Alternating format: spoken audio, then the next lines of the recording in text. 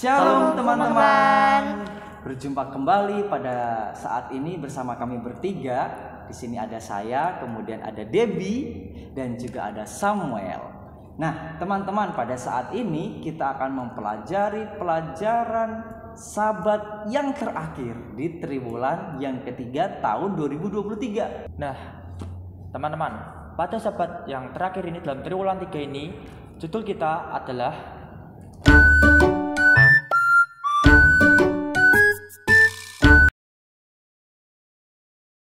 dan ayat ini kita diambil dari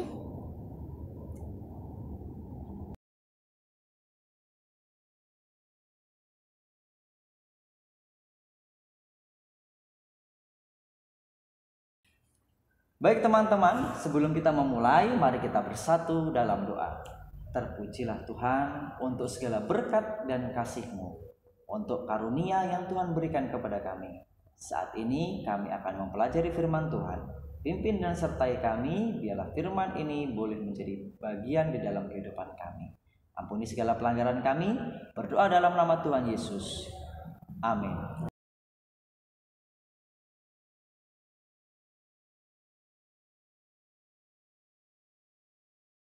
Nah, berbicara teman-teman di dalam pelajaran kita saat ini, yaitu terdapat dalam Hakim-Hakim pasal 13 sampai pasal yang ke-20.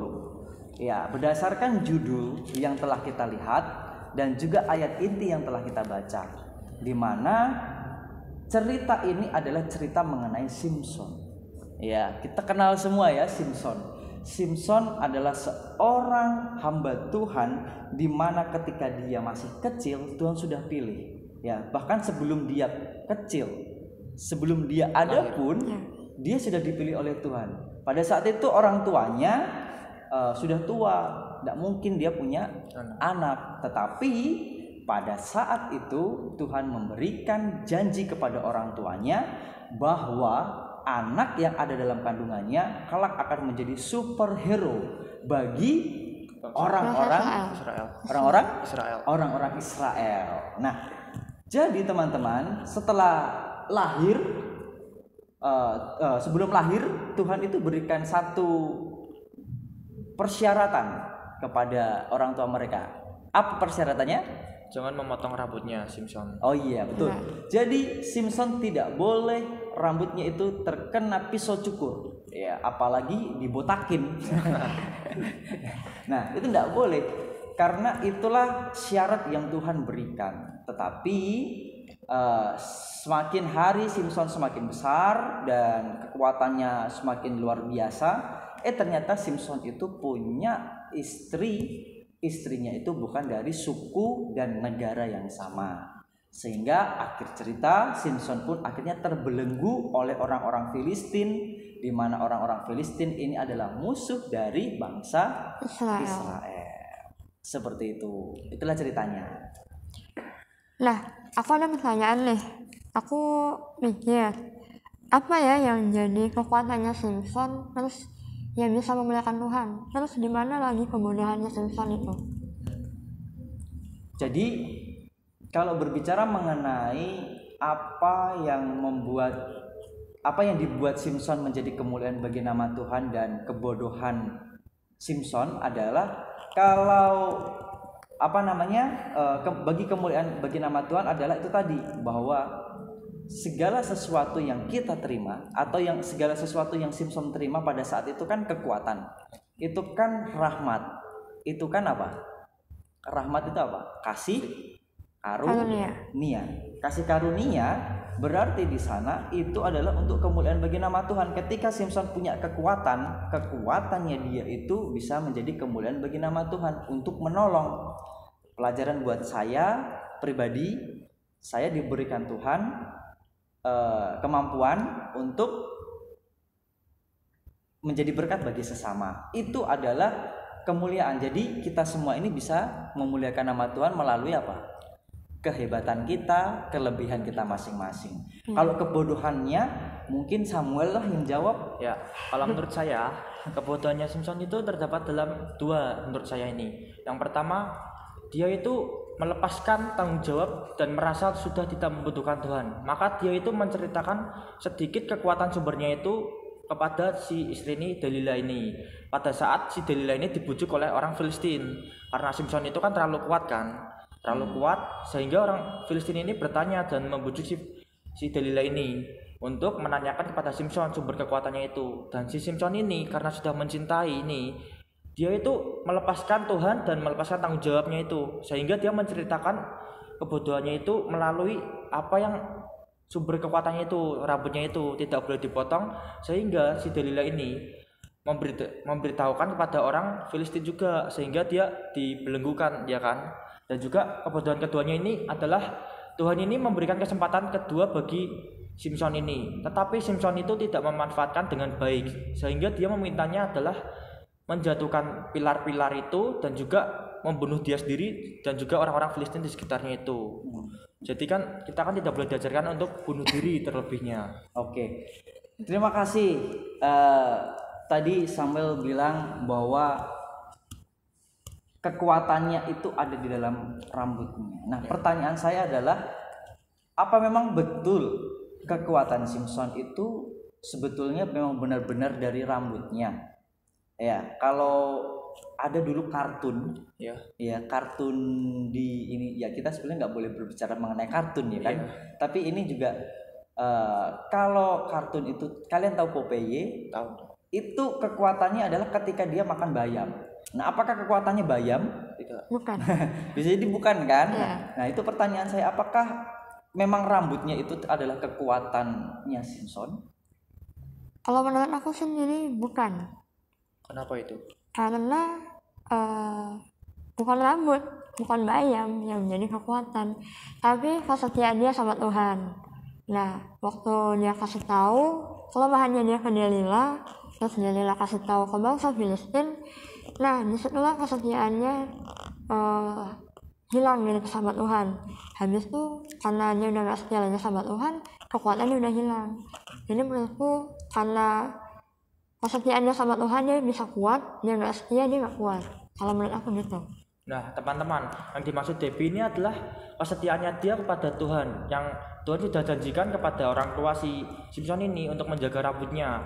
Dan si Simson ini sendiri melepaskan tanggung jawab itu dan kesetiaannya daripada Tuhan. Benar. Untuk menceritakan kepada si Delila ini.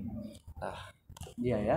Jadi kekuatan Simson itu bukan di rambut, tetapi karena rambut itu adalah satu syarat yang Tuhan berikan gitu ya kan. Jadi tidak boleh kena pisau cukur. Kalau kena pisau cukur berarti kesetiaannya manusia itu, Simson itu terhadap Tuhan sudah hilang ya. Jadi ingat, saya seperti Adam dan Hawa. Bukan berarti makan buah itu berdosa ya. Bahkan kita disuruh untuk makan makanan yang berbiji bahkan. Tetapi buah yang ada di tengah-tengah itu bukan karena makanannya, tapi karena perintah Tuhannya ya. Ketika perintah Tuhan dilanggar, akhirnya hilanglah apa yang menjadi kekuatannya. Sama seperti Simson juga gitu. Oke, terima kasih teman-teman untuk jawabannya. Kira-kira di antara kalian apakah ada pertanyaan untuk kita tanyakan di dalam pelajaran kita hari ini? Mungkin pertanyaannya kalau dari saya, dari pelajarannya Simson di dalam hidupnya, apa yang menjadi pelajaran buat kalian Simson Simson ketika dia masih muda, bahkan ketika dia sudah menikah? Kira-kira pelajaran yang boleh kalian ambil apa dari kisah Simson itu? Mungkin aku duluan ya? Oke, kalau aku pelajaran yang bisa diambil, kalau kita punya pasangan nih, jangan terlalu jangan terlalu terobsesi sama pasangan kita itu. Terus jangan terlalu terbuka tentang rahasia kita yang seharusnya dirahasiakan. Nah, terus jangan terpengaruh dengan pasangan kita yang walaupun mungkin seiman, tapi kalau dia membawa kita lebih jauh daripada Tuhan, jangan diikuti. Terus kalau dia semakin membawa kita lebih jauh, apalagi dia beda keyakinan sama kita, jangan diikuti. Terus maksudku itu jangan mengikuti Simpson untuk terlena di dalam cintanya sama Delila. Jangan kita terlalu terperosok jauh sampai kita lupa sama perintah Tuhan gitu. Apa yang Tuhan sudah perintahkan sama kita, jangan kita langgar karena kita punya pasangan yang menyuruh kita untuk langgar. Saking sayangnya kita sama dia, maka kita adalah melanggar perintah Tuhan, terus akhirnya kita sendiri yang berdosa gitu. Kalau menurut saya ini mungkin yang pertama adalah kesetiaannya dia pada Tuhan. Yang bisa saya tangkap adalah kita itu manusia kan harus memiliki rasa setia, apalagi kepada Tuhan itu. Karena Tuhan sudah memberikan bagi kita itu berkat-berkat yang sangat banyak. Terlebih Tuhan juga memberikan kekuatan kepada si Simpson ini. Dan si Simpson ini melanggar. Itu yang salahnya bagi dia. Karena dia melanggar dan juga melepaskan kesetiaannya kepada Tuhan itu. Dan juga rasa tanggung jawab. Juga yang kedua adalah bukan rasa sih, karena Tuhan itu memberikan kesempatan ke Simpson ini yang kedua kalinya, dan si Simpson ini tidak meminta hal yang bermanfaat bagi dia, melainkan hal yang membuat dia menjadi seorang yang bodoh, karena dia itu meminta menjatuhkan pilar dan membuat itu bunuh diri terhadap dia sendiri dan juga orang lain. Oke, jadi kalau boleh saya ambil jawaban dari kalian, dari Debbie tadi sampaikan, jangan sampai cinta membutakan kasihmu terhadap Tuhan. Iya. Itu. Jadi yang pertama yang harus kita cintai adalah Tuhan. Maka orang yang ada di sekitar kita, partner kita, pasti juga bila mana dia mencintai Tuhan, pasti akan diberikan jalan yang terbaik. Jangan terlalu terbuka ya tadi dibilang ya. Jangan terlalu terbuka. Tetapi kalau sudah menjadi pasangan hidup, harus terbuka satu dengan yang lain, karena sudah jadi satu tubuh. Yang menjadi pelajarannya adalah hati-hati ketika kita menjalin hubungan dengan orang yang beda keyakinan. Nah itu dari sana. Tapi bila mana orang itu memiliki pertobatan dan setia kepada Tuhan, ya apa namanya, lebih baik juga. Tetapi lebih baik lagi kalau Tuhan katakan carilah yang satu iman, satu baptisan, satu Tuhan. Artinya apa? Artinya ya seperti bangsa Israel, dia disuruh untuk mencari kaumnya sendiri, kaumnya sendiri. Nah, kalau dari Samuel tadi, salah satu yang boleh saya terima untuk menjadi pelajaran bagi kita generasi Z, generasi Z adalah ketika kita diberikan kepercayaan, jangan kita abaikan. Ketika kita diberikan tanggung jawab, jangan kita lepas dari tanggung jawab itu. Dan juga bila mana sama seperti Simpson tadi, ketika diberikan kesempatan yang kedua untuk bertobat, harusnya bertobat menggunakan cara Tuhan, bukan caranya sendiri. Ya, kita tahu bahwa tadi Samuel katakan dia malah memilih untuk menjatuhkan pilar supaya kuil itu jatuh, banyak orang mati. Ternyata dia sendiri juga ikut mati. Nah, padahal kalau seandainya apa yang dia minta adalah dia lebih berserah kepada Tuhan, apapun yang menjadi rencana Tuhan akan dia ikuti. Tuhan punya rencana yang lain. Nah, jadi pelajarannya, lakukan apa yang menjadi firman Tuhan, apa yang menjadi kemauan Tuhan, bukan kemauan kita, kemauan manusia. Kemudian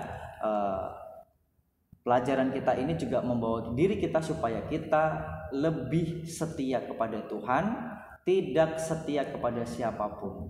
Karena bila mana kita setia kepada Tuhan, Tuhan akan berikan jalan keluar bagi kita. Amin. Sungguh pelajaran yang luar biasa. Kita akan tutup dengan doa. Kita minta Samuel pimpin kita dalam doa. Mari kita berdoa. Bapa Allah kami yang ada di surga, terima kasih atas berkat-Mu pada sahabat yang indah hari ini. Kami telah menyelesaikan sedikit diskusi sekolah sahabat kita, kiranya Kamu berkati apa yang telah kami diskusikan, dan juga sebagian pelajaran yang semoga menjadi pelajaran bagi itu kami untuk hari ini dan juga hari kedepannya. Terima kasih Tuhan, dan kami berdoa, amin. Amin. Demikianlah teman-teman pelajaran kita sepanjang hari ini. Kiranya kita boleh berjumpa kembali di waktu yang akan datang. Kiranya Tuhan memberkati. Bye-bye.